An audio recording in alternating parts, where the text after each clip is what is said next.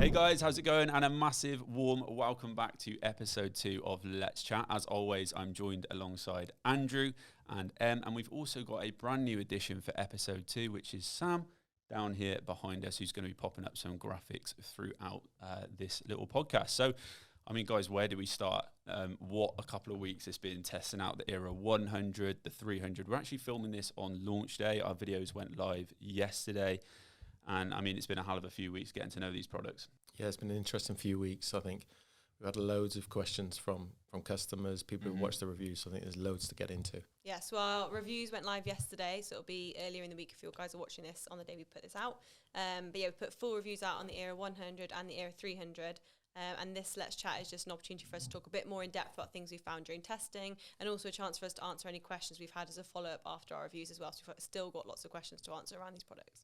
Yeah, and we've snuck a HomePod in because our last Let's Chat, we were comparing the HomePod to the Sonos One. We are going to have some surprise guests in this Let's Chat episode as well. So we're going to bring on the 5 and the 1 Gen 2, and obviously, yeah, we've got the HomePod here too. So we'll do a bit of a comparison in this chat as well. So I think let's get straight into it. How do we think on the whole that these two products have been received by the sort of wider Sonos community? I mean, looking through the comments, people have got a lot to say about both of these two. Yeah, I think people are excited, which is a good thing. I think the 100 it's a big jump from the Sonos One. The Era 300 is a new product altogether. I think that's where things get really interesting, and I think there's lots to talk about that. But I think if we start with the Era 100, I mean, it's got big shoes to fill, following on from the Sonos One. So I think it's a product that I think it's Sonos's big. The Sonos One was its biggest selling product globally. So to replace it, naturally, we've had a few questions. First is, should I replace it? Should I replace my Sonos One with the Era 100? And what is the difference really? I think when we talk about replacing as well, we are going to come back to this later on in the chat around the whole lifespan of Sonos products. But we do know there's been confirmation now that the Sonos 1 Gen 2 is going to be phased out. But the reason there's more of a debate right now is because you can still currently buy it. It's not like it's kind of similar to TVs when you can kind of purchase the old models at a cheaper price, or you can get the newest technology, but you're going to have to pay more money for it, which is better for you. I think, that's a debate we've been having is around your budget, I guess. And I think what you're looking for in your purchase, are you looking to get a bargain, or are you looking for the best technology you can buy from Sonos right now? Yeah, and I think the Sonos One SL in particular still has a place, and I think some people should be looking at certain scenarios after our testing. Yeah, definitely. I mean, if we talk about the pros and cons of the Era 100, it's not just sound quality that's been improved over the 1 Gen 2. There's loads of new stuff going on with this one. It's stuff that we've been asking for ages from the 1 Gen 2. You know, like Bluetooth connectivity. That's been a big demand from Sonos, or for Sonos, for years now. That's all people ask for in the forums, isn't it? And they've actually decided to add it. What were our kind of initial thoughts listening to this purely for audio? I think straight away the 25%, I mean, Sonos lead with the 25% bigger woofer first and stereo sound. So you get more bass immediately. As soon as we listen to it, we all said as a group, there's more bass. The stereo sound was more open.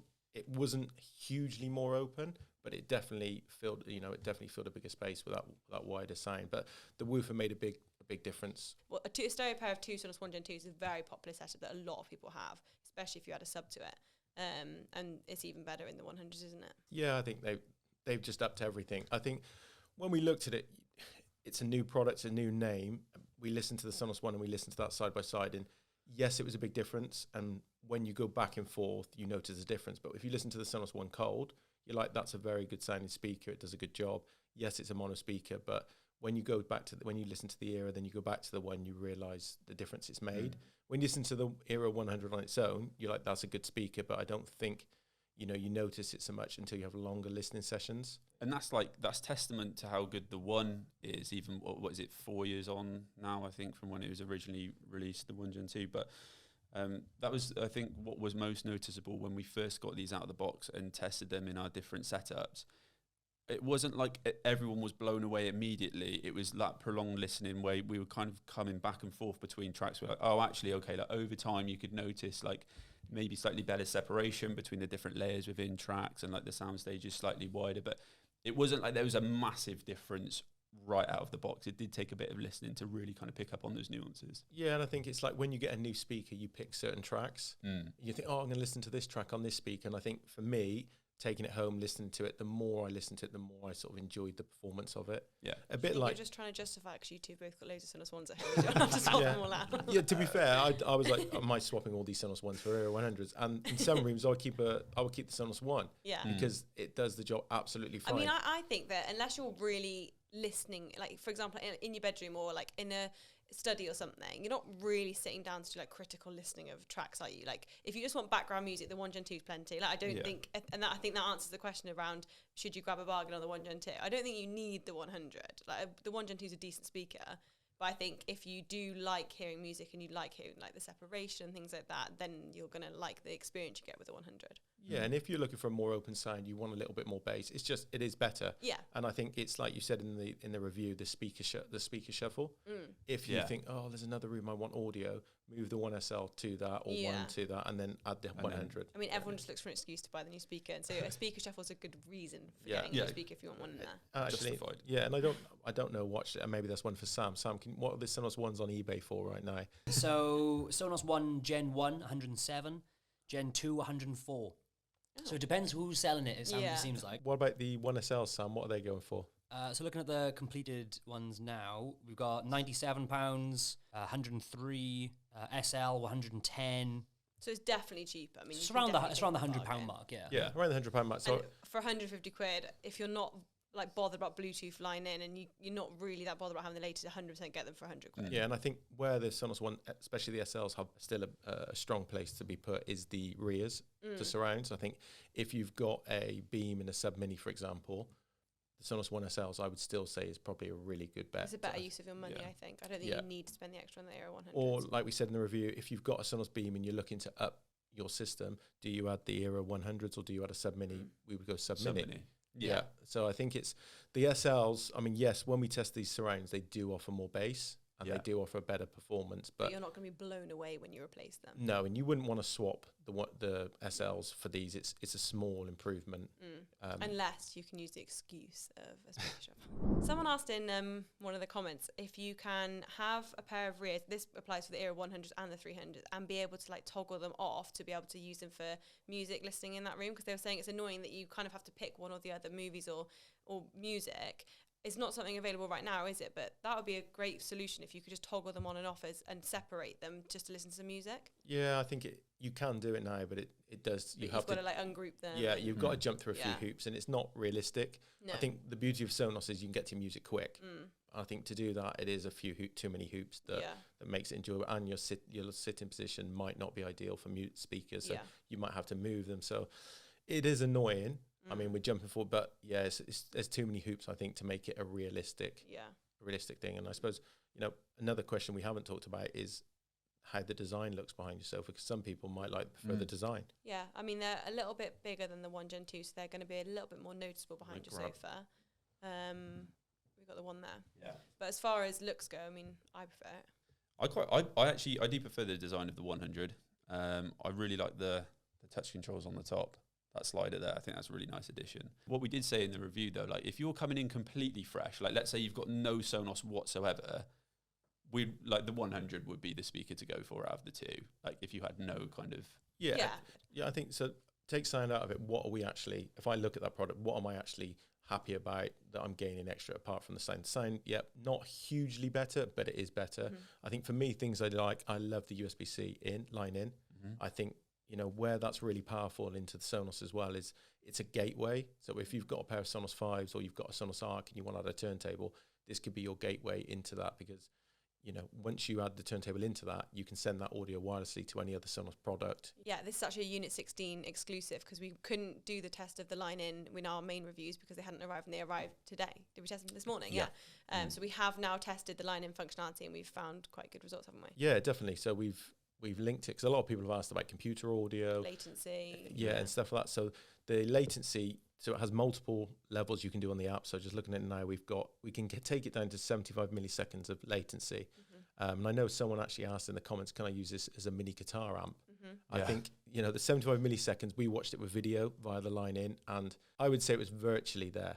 It was, for me, it felt there was a little something not right, but it wasn't big enough for me to really say it's unwatchable. There's nothing more annoying than I don't like any lip sync delays, like, because all I can look at then is someone's mouth and see that the sound isn't in sync with it. And we watched one of our own YouTube videos back, obviously, and I couldn't notice anything. Like you say, if you really honed in on it, you probably could see it feels a little bit weird, but it really wasn't a lag. That we've seen much worse. I couldn't tell whether there was or not because I think I was trying to look for it. I think if I just turned it, like plugged it in, press play, I wouldn't have known. But because it went from 75 milliseconds was the lowest, right? But then you could set it to 2000. Yeah, and by changing that, it says in the Sonos app, more delay means more reliable audio. If your source includes video, try low, medium, or high. If your source is audio only, max may be the best. So I think for turntable, bump it straight to max. And loads of people wanted it before with the Sonos 5 for a DJ setup.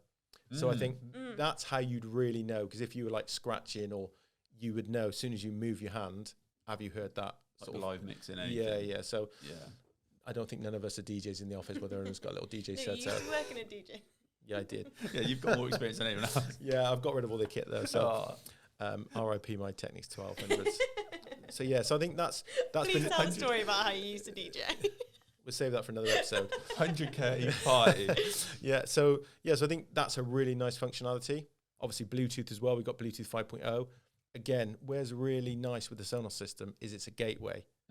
So once you add your Bluetooth to that speaker, you can then play it wirelessly to other Sonos speakers. So it works the same as the Roam and Move now works. So initially with the Move you couldn't do that, and then they added that via software update. So now if you are connected via Bluetooth with either of the Era 300 products, you can send that to any other speaker on your Wi-Fi, and it shows up in the app. This is actually a pro and a con, because when it comes to voice control, it's actually worse than the One Gen 2 in terms of flexibility. There's no Google Assistant on the Era 100 right now, or 300. And that's quite big. Well, it's a deal breaker, I think, for a lot of customers. We've seen a few comments, people saying that makes it irrelevant for them. So I think we also got on the back, you've got the switch, you can't see it here, but you've got the switch to kill the voice control. Yeah, completely turn it off.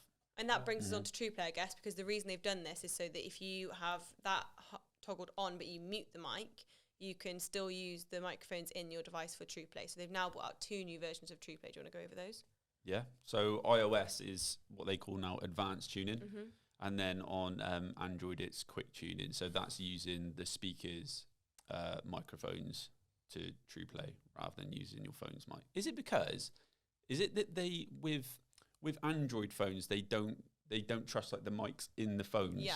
Is that why they don't do it? Yeah, so I think with iOS devices they know what information they're going to get back. It's consistent, isn't it, with the microphones? Apple obviously give the data and the spec of the microphones they use. Yeah. With Android, I think it's the Wild West on Android. So I think they don't. Yeah, exactly. So a lot of people, we do see them saying, Android, when are they going to start respecting Android users, etc., etc.? But actually, it's not that. It's that there's too much variance in the Android products, which is a shame. But at least now Sonos have sort of tried to fix that with the sort of quick Trueplay, if you like. Yeah, we tried it out the other day. Quick tune's actually obviously a lot easier because you don't have to walk around the room with your phone. But we tried toggling Trueplay on and off when we'd done it via quick tuning and couldn't really hear anything. No. There probably is some slight changes, but it wasn't like to the ear. You couldn't really notice it. I think that's because we probably had it in a good position anyway. If you put it in a bookshelf in a corner, you might get a better. I think no matter what, you should do Trueplay in any way you can do Trueplay in your setup. Yeah, and toggle it on and off to see what you get. Yeah, but they have said that advanced tuning, if you can do it with an iOS device, is going to give you a more accurate kind of optimization of your speaker. Really interesting. With the quick tuning, it flashed up a message after it was done saying the more you listen to this product, the better it will get. Did it? Yeah, so I don't know. So is it always listening? I don't know how it's done that. I don't know. I've tried to dig in a bit deeper, so maybe we'll reach out to Sonos and ask them to explain how does that work. So maybe it keeps monitoring over time. Measuring, yeah. So I don't know, but either way, I think it's a great addition. Because that was similar to the HomePod, wasn't it? It's like the algorithm is constantly updating every time you move it. Maybe it's a similar sort of thing, like you said, where it's moving the room. Yeah, and I think where the Sonos win is they enable you to toggle it on and off. Apple say you're getting this great effect, but you're like, okay, what's it like without it? And they don't let you do that. So always you have to take their word. Yeah. So do we trust Apple? Exactly. So I think moving on from that, really interesting from what we picked up is that obviously you talk about longevity of Sonos speakers every now and again. You say, we get the odd comment, Sonos killed my speakers, etc., etc., and Yeah. that's a whole nother episode. But I think just looking at my notes here, I think Patrick Spence has said that they will support any product once it hits end of life. They'll support it for another 7 years, which they believe is the best in the industry. So once they officially end support for the Sonos One SL, say it's end of life, which they have, but they haven't officially the SL, they have the One Gen 2. Okay, but have they announced that officially on their website? No. So it's not official yet. So once they do, Well, they're still selling it, aren't they? Yeah, exactly. So you've still got another 7 years support after they. So with like the One Gen 2, for example, you've still got until 2030. At least. At least. Because as soon as they say that's it, Patrick Spencer said that they will then extend. The 7 years start. Yeah. So it's not like 7 years from new, it's 7 years from yeah. announcing Yeah, exactly. So I Yeah. think, like he said, it's one of the best in the industry, and that is. I mean, Apple iPhone is a lot more expensive. You're never getting that. You're not keeping it for 7 years, let alone support for 7 years. Yeah. If you have got an Apple iPhone this is 7 years old, let us know. It'll be interesting to see how that goes. But so I think, yes, these products will date. They are. Every tech product does. It is. And I think that's, but once they've added the line in and they've added the Bluetooth functionality, it does give a bit of longevity to these products. Yeah. So, that is there. Okay, so that's the Era 100 versus the One Gen 2. How do we think this compares with the HomePod then? We've spent quite a lot of time with the HomePod over the last month or so. We've already compared it with the One Gen 2 in a previous episode of Let's Chat and in a previous review. And we've done 2 HomePods with the Beam. So we've really covered a lot of HomePod content. I'm kind of in the same sort of camp when we did the One versus the HomePod, the One Gen 2 versus the HomePod, where initially probably a little bit more blown away by the HomePod for like the bass response and stuff. Like, there's a lot. I think the bass is a lot deeper on this still. Like we've said that, like larger woofer is like slightly better on the 100, but I still initially was more impressed with the HomePod. But I do think very similar story after listening more frequently. Probably prefer the overall sound performance, the clarity, and the detail from the 100 in comparison. So initially 5 minutes, prefer the HomePod, but after listening half hour, Era 100 for me. I think now with the Era 100 extra sound sort of improvements and the extra connectivity, it is even closer. I think now, unless you want Apple, you just want the Apple ecosystem, you're better off looking at the Era 100. For me, it's that simple now. There's no other. You couldn't recommend the HomePod really unless you just want to stay in the Apple ecosystem. Unless you're looking for TV audio as well. And which you we'll have, come back to in a bit because that's more similar comparing it with. And you have another HomePod, and you have an Apple TV. So there's loads of other hoops you have to jump through. As an out and out standalone 2 speakers, I think, like we said, if you're Apple all the way, then we understand why you go HomePod. But if you're semi-Apple, which we all are, then there's just too much tempting you to go to Era 100, and you're still saving 50 quid. Yeah, 299 and 249. Yeah, and you've got no other connectivity options with the HomePod, which I think is, I mean, that's a big. It's just very arrogant of Apple, really, isn't it?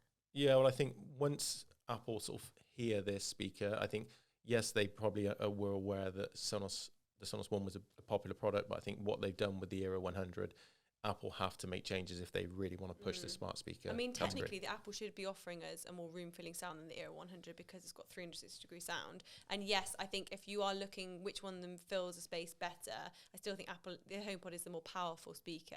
I would say. But not by much. And I think that now that the 100 is a wider sound, and like we said, is better for the nuances and the details and the clarity, as well as offering better bass, I just don't know why you'd go for the HomePod.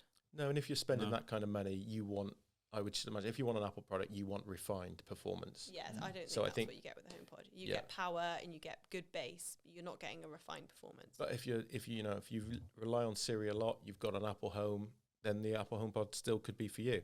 Yeah. I'm not saying there's no place for that at all. No. And like you said, the TV audio, but I think for most people, the Era 100 is going to be the place you should be looking. And like we said in our review last time, the benefit of going for Sonos is if you don't have any Sonos products, it is an entry into a much wider Sonos ecosystem with far more options than, what you've got the HomePod and the HomePod Mini.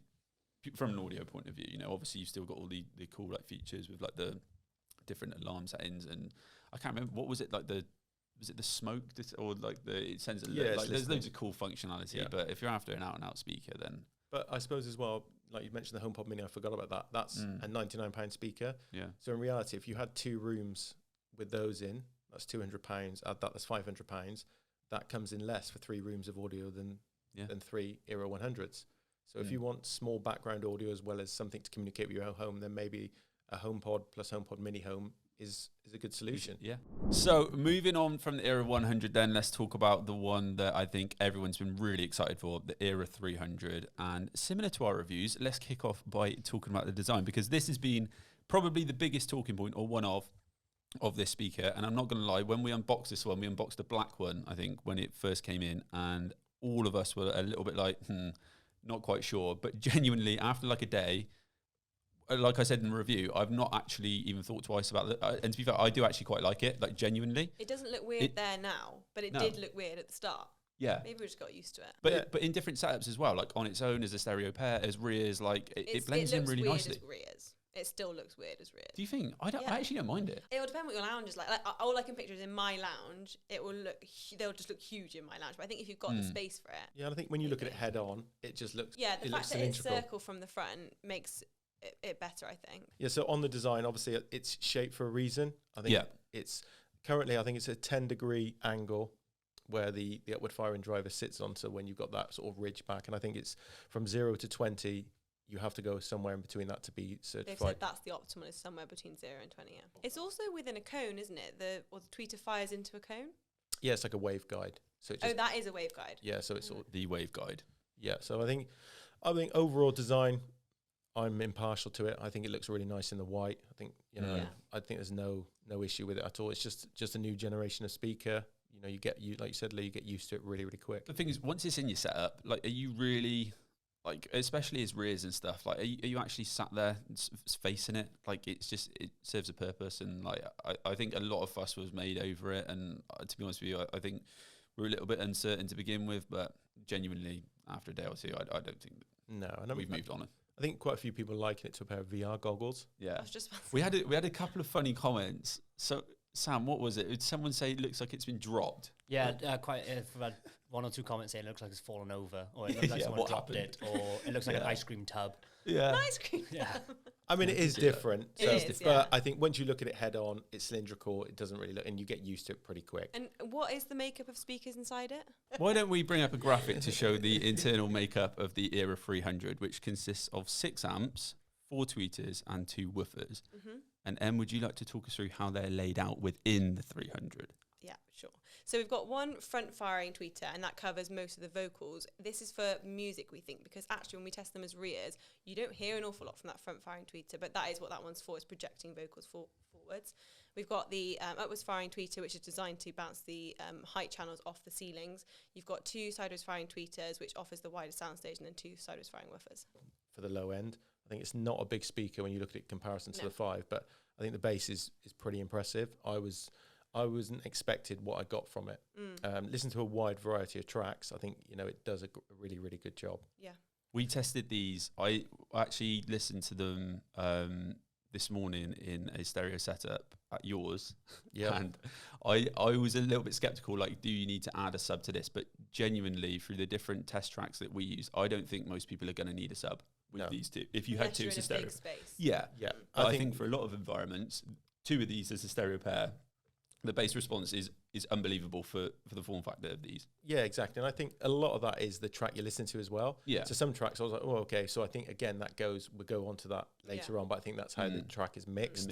And how Dolby Atmos is portrayed, because a lot of those tracks we listened to earlier were Dolby Atmos. I think if it's not something you think you can get past, you're not going to like the speaker. But I think for most people excited about the speaker, it's all of the capabilities of it, and the design is kind of secondary. And I don't think we've decided that we don't think it's offensive enough to not want it in your house. And like we said, we've kind of forgotten about it. So I think it's the sort of thing that on first appearance, you're like, oh, I'd never have that in my house. But actually, it really does blend in. I like it that it's different, if I'm honest. We haven't tested these wall-mounted up high, but someone asked, what do we think is the optimal placement for rears? Would it be on a stand? Would it be stood, like, sat on kind of a table or a unit behind your sofa? Or is it putting them up high? I think that's the beauty of the Sonos system and Trueplay, is that wherever they work best for your room, put them in that position.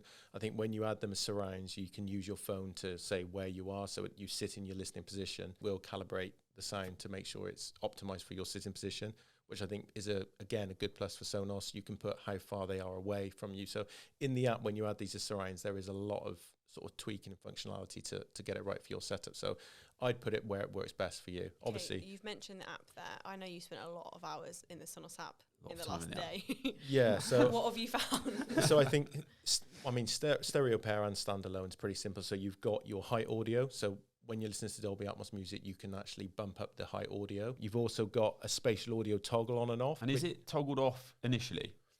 It was toggled off when I did it at home, and then when I come in today and updated the app to allow Apple Music, it was toggled on.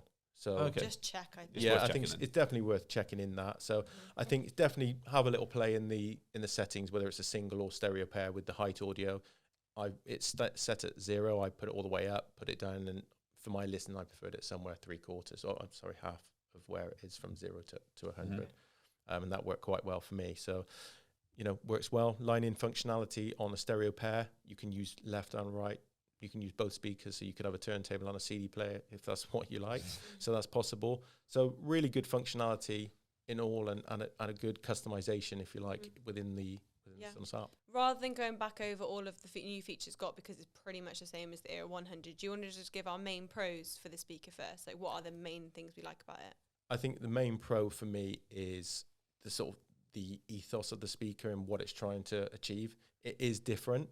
Like we said, it looks different. It is different. And I think we'll talk about it in a minute, but when you get the right Dolby Atmos track, this is a really, really good speaker.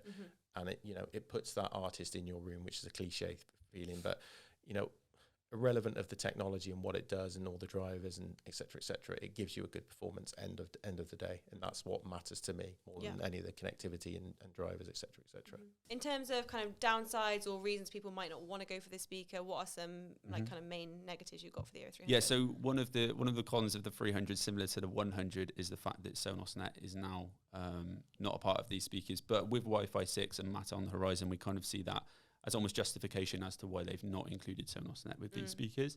Yeah, I think that's a big. I mean, Sonos are registered with Matter, so if anyone doesn't know, sort of Matter, once you get Matter Thread radio up, I believe that to play Sonos Net, the speakers used to talk to each other, so they would be there. Like a mesh. Yeah, like a mesh. So in reality, Matter, Red Thread radio, they can talk to each other. So Sonos are part of that. They haven't announced anything yet, but if your Sonos Era can then jump to, I don't know, your Google Assistant, your Ring doorbell, your thermostat, I think it's going to create a bigger Sonos Net, if you like. It's almost like we said. Also, because they're Wi-Fi 6, that also means if you've got a Wi-Fi 6 router, you're going to be getting it on a slightly different mesh, aren't you, essentially? Yeah, I think it's future-proofing. I think that's the main. I hate that word, but I think this is all technology that is in its infancy. Yeah, it's in its infancy right now, but it is coming, and I think Sonos Net with the removal of that is probably the right thing to do, and going from Matter, I think we'll be moving forward.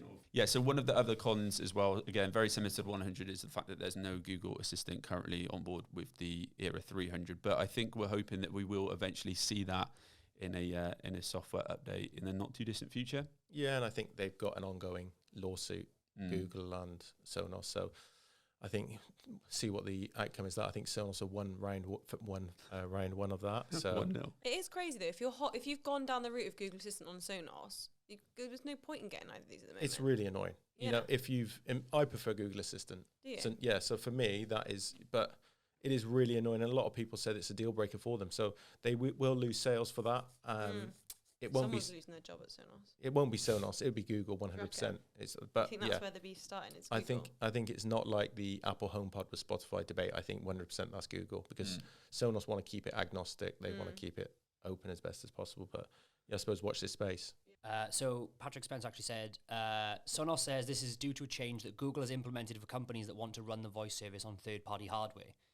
He claims it's unrelated to the ongoing legal battle between the two companies, and insists Assistant is now more of a heavy engineering lift than it was before. He said, right now we don't see it being worth the effort. We hope Google will take another path that will allow us to continue to offer it in more of a lightweight manner than we do today. I think that's him saying that Google have They're not playing ball, yeah. Google are making people jump through a lot of hoops to get it on their third-party speakers, which is a shame, because the only person that loses out on that is the end user. So moving on then to talk about spatial audio, this has been kind of the main talking point of the Era 300. So how have we found testing it out for music, for movie listening? Like, what are our kind of thoughts on that? This is a really, really interesting one. Obviously, the reviews are out now, and I've read some reviews that people are saying that with certain tracks, they felt like the artist was in their room. This is very sort of accomplished journalist. They felt the artist was in the room, but other Dolby Atmos tracks wasn't very good, so they've marked the speaker down on that. For me, I think Dolby Atmos is, you know, our title was Game Changer. With the right Dolby Atmos track, it's a fantastic experience. Do you think spatial audio is a bit of a gimmick though? No.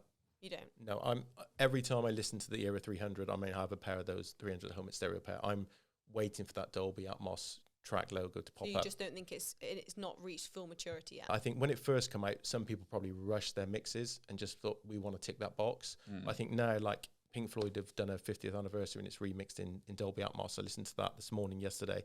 It adds another layer to that track. So for me, I'm obviously a Spotify user. Have been for, I don't know, 10 years or so. I've always been quite happy just checking my Spotify on, letting it, and not really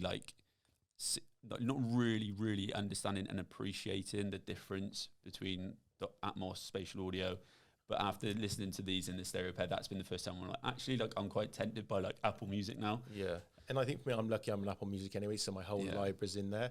So it's just a natural progression for me to get those spatial audio tracks. Yeah. And I suppose the question for you now is, would you pay extra for Dolby Atmos on Spotify now you've listened to it? If they bring out for like $2.99, $3.99 or whatever, like some sort of add-on to have Atmos spatial audio, then I probably would pay that. Before you listen to it, to the speakers in Atmos, would you have paid extra? No, you just stick on your current Spotify plan. Yeah, and I think like I said, after having tested these and listened to them properly, I can see where.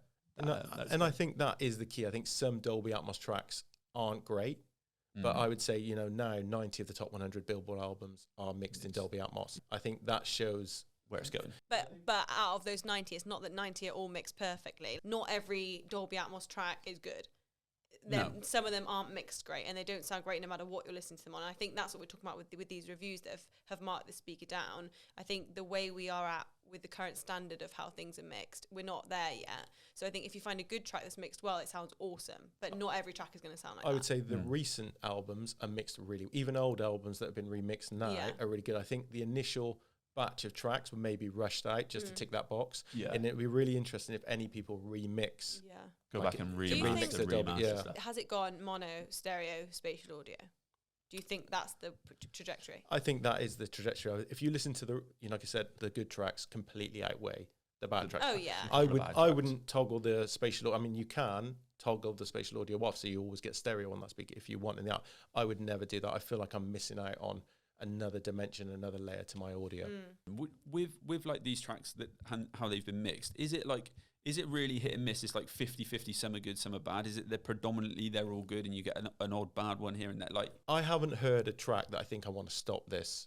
It sounds horrible. Yeah. Please make it stop. I haven't heard that, but some of the reviews make it out to be that. And if that's you, that's fair enough. But I think there's different types of music lovers, aren't there? There are people who are very critical of their music listening, and I think there's the vast majority who just love music for what it is. And I think if you do genuinely just love music, you'll love the experience of spatial audio on the speaker. I think it's not for people who want to nitpick at how things have been mixed. It's people who just want to experience a different type of music listening. Yeah, and I don't think you can mark the speaker down and say the one track was the best I've ever listened to this song. It felt like the artist was in my room, and then another track was terrible. You shouldn't mark the speaker down for that. That's like buying a TV that's capable of such resolution and then watching it on a bad resolution, say, well, it's not very good because the resolution was bad. Yeah, so the speaker's capable. Yeah, it's so it's what's going through it. Yeah, and I think if you talk about capability, obviously Giles Martin, the head of sound Sonos, has said that they're actually using these now in studios as sort of a rejigged version, a slightly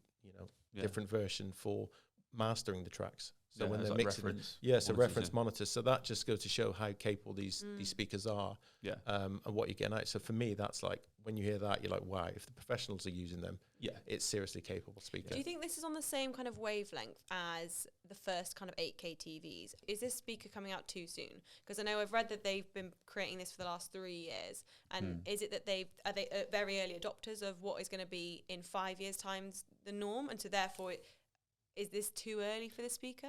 A lot of people have said, is this too early? For me, Apple Music launching with spatial audio, Dolby Atmos. If Apple are doing it, they never are first to the party. They normally do it when it's right.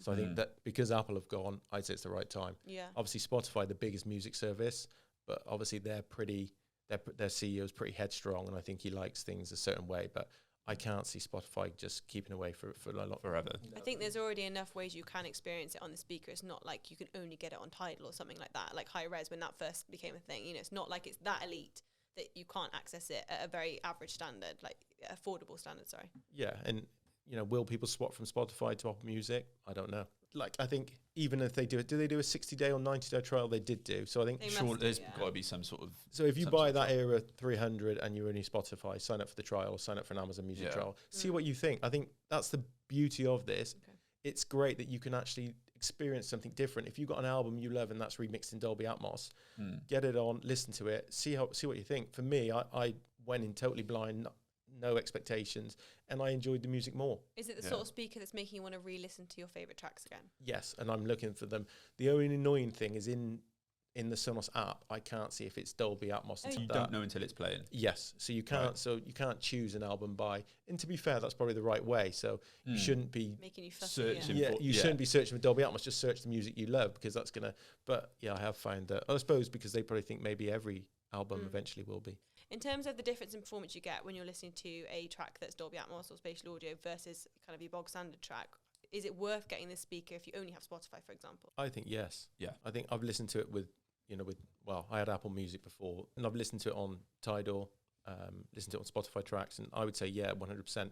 It's a different experience. It definitely gives more width and more height and more space to the track. It still sends the audio out in different directions, doesn't it? Because that's the way that it's created. Yeah, and I think part of that is it aids separation, so it helps you pick every sort of nuance out of the track and instrument, and the mid-range is great on it, vocals are great, so I think it's definitely worth, even if you haven't got that, and like I said, and I don't think Spotify would be long to the party. No. You try to want to say something that we haven't already said about these speakers before, and not sound too gushy about them because it's a new product, but we've compared them. I mean, maybe it's not like a really fair comparison, but with like the Bowers and Wilkins setup that you've got as well, like these compete, like they're completely different speakers, don't get me wrong, and like the price range is huge, but they still really do compete and hold their own. I think it's and I think that's what a lot of people are missing. Like, yes, some Dolby Atmos tracks aren't right. Yes, there is a few sort of things that aren't perfect with the speaker, but as a whole, they're trying to do something new. They're trying to place itself, and it's, that's what I really like about it. Is it a gimmick? I feel no. It's made my listening experience better. Yeah. So for that, I think Sonos have done a great job. Yeah. So 3 years ago, if you said to me, do you want Dolby Atmos music? I'd be like, no, what is that? But what is interesting is how long have you been able to experience Dolby Atmos for movies? That's a couple of years. Yeah. Because it was during COVID when people were doing a big push on that. Yeah. So I think that's interesting as well. We've done an awful lot of testing of these as 2 rears to an arc and sub as well as a beam, but that's been our main setup we've tested. And what did you guys think? It's tough again because it's expensive. So straight away you're looking at £900 for a set of rears. So it's not. You have to think about it. So, it's not an impulse buy. Yes, exactly. So I think you'd be in trouble if it's an impulse buy. or in no trouble at all because you've got a load of cash. Yeah, exactly. So, but again, Lee, we don't want to be too gushy about this speaker. It's really hard to fault it in certain things. For the price point, like all things considered, genuinely, we did a lot of testing, and obviously in our YouTube videos you see a couple of minutes of B-roll and like I give my opinion, but we watched The Quiet Place, and I'm not a fan of these like scary jumpy films, but that like it was that clock ticking, wasn't it? Like, I remember sitting there, like the three of us were all sat there on the sofa, and like it was so immersive, and you can actually see in these videos, like I'm kind of leant forward, but you can see my eyes trying not to look at the screen, like the sound when it's on. It's too scary. It's so it is, but it's like it's so immersive when you're right in the center of it.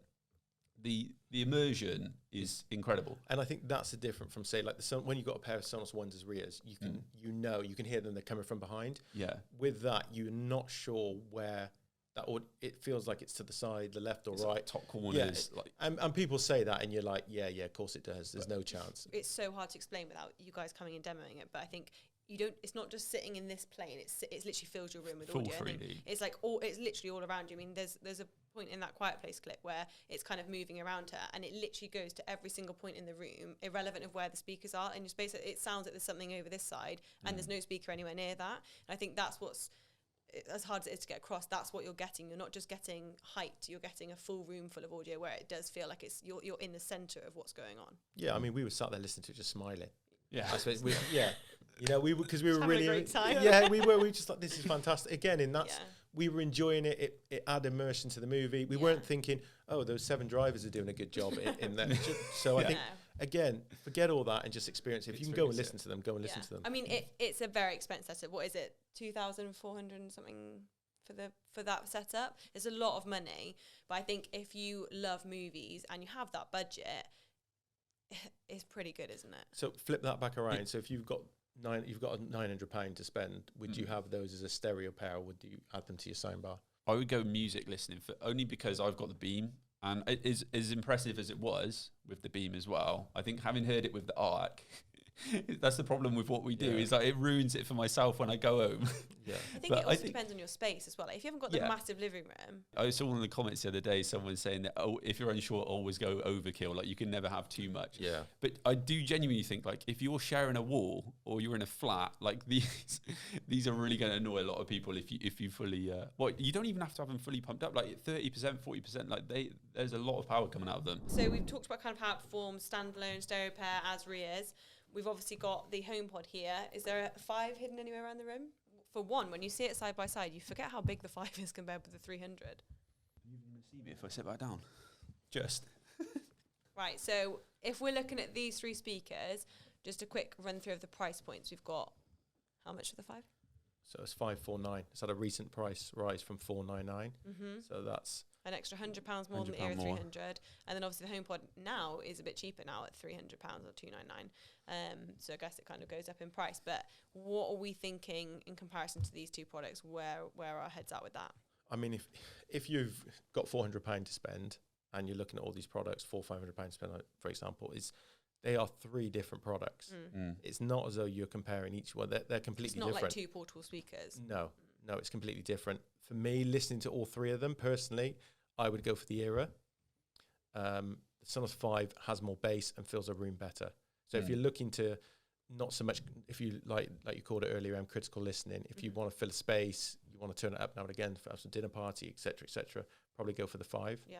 But I preferred spatial audio on the 300, even though it wasn't so bassy, wasn't so loud. But for me, the 300 is the winner. Okay. And HomePod? I think it's not even in the same league. I don't think it's. I think it's not. I think I would discount that, and that's not to say it's a bad speaker, but I just think the Era 300 does so much more. I think connectivity. if you've got the budget, you can push to 450. It's £150 more. Like regardless of what we think about Sonos or Apple with their ecosystems, etc., a speaker that it's worth the £150 price rise for the sound performance alone. Giles Martin actually took a little stab at the HomePod, saying that how they're designed, Dolby Atmos should be more forward-facing. Obviously, the HomePod is circular and 360, so he would know a lot more than sound about any of us and a lot of people in the comments. Does he know more than Apple, though? Well, he remixes he works for Universal. He's a Grammy Award-winning producer, so I would say yes.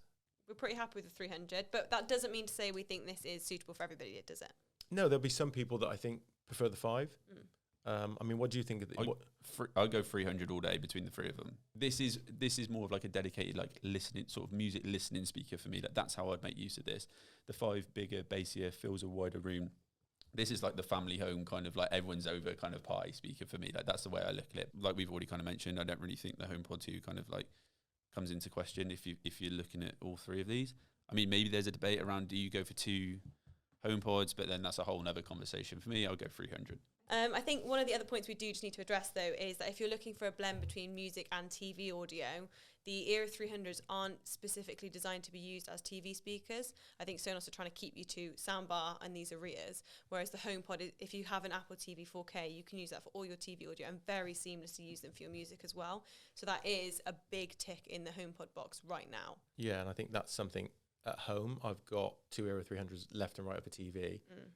I've never thought before, I want to add my 5s as TV speaker or my 1s as TV speaker. I think with these... It feels like they're designed for that. It feels like it's got a place. Whether Sonos can have a USB-C to HDMI adapter, I don't know, or whether like the Apple TV sends it wirelessly to the HomePods, whether Sonos released another device, a box that can send it and you can have it. You could have Era 300s, you can have 100s.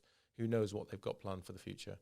But I think it's something they should be looking at. A couple of questions we've had quite a lot is, are we expecting an Era 500? When's the Era 200 coming out? Do you think, What are we seeing? Is this a new era where we've gone 1, 3, 5 traditionally with our older speakers? Are we looking for 100, 200, 300, 400, 500? I think we think a 500. It's funny, like in the comments where people, like you said, are already wanting like a Gen 2 of the 300. Then people are like, oh, what about a 200? Like, is there going to be something between the 100 and the 300? And I mean, who knows? We kind of referenced that we're waiting for those headphones first, but who's to say how far away that could be? Yeah, and I don't think that's going to be something that's imminent. No. I think, I think you can definitely see it as the Era 500 being a good speaker that would sell well. Yeah. I think at the minute, it's strange. People just can't enjoy what's already been released. It's been out a day, and the comments are, like you said, yeah, what's next? I think people were really hoping that there would be a cheaper alternative for upwards firing rears, weren't they? I think people are disappointed that the 100 hasn't bought that at a lower price point. You've got to spend £900 if you want upwards firing rears. So maybe Era 200 will be a kind of mix between of the two, where you can get the benefits of upwards firing, but without having to spend so much money as rears. Yeah, it's interesting, but I can see why Sonos have done that. They've tried to make the product the best it can by putting those upward firing drivers in the Era 100. You're going to be losing whatever elsewhere, and it's going to be increasing the cost. So it's all about costs. So whether they release an upward firing one that has no Bluetooth, no USB line in, it's that maybe balance that's an of option. what do you not include so you don't cannibalize one or the other?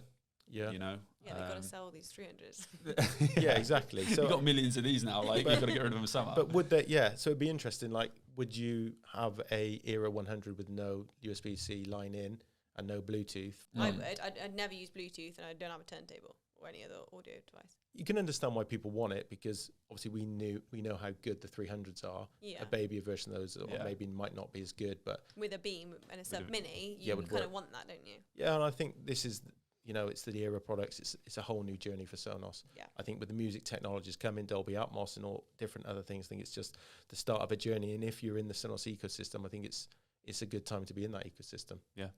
So there we have it, guys. Hopefully you've enjoyed episode 2 of Let's Chat. Quite a long one, chatting about the brand new Era products. Again, if you haven't seen our full reviews, then head over to our Smart Home Sounds channel and check those out. Let us know what you think of them. Hopefully you guys are enjoying these Let's Chats. It's something new that we're trying. If you do, then please just tag a friend in, drop us a comment, let us know what you think of this. We're trying to improve this and get it better every episode that we do. And if, of course, you've got any ideas, then please feel free to share them with us. But yeah, other than that, thank you very much for joining us today, and we'll see you guys all very soon.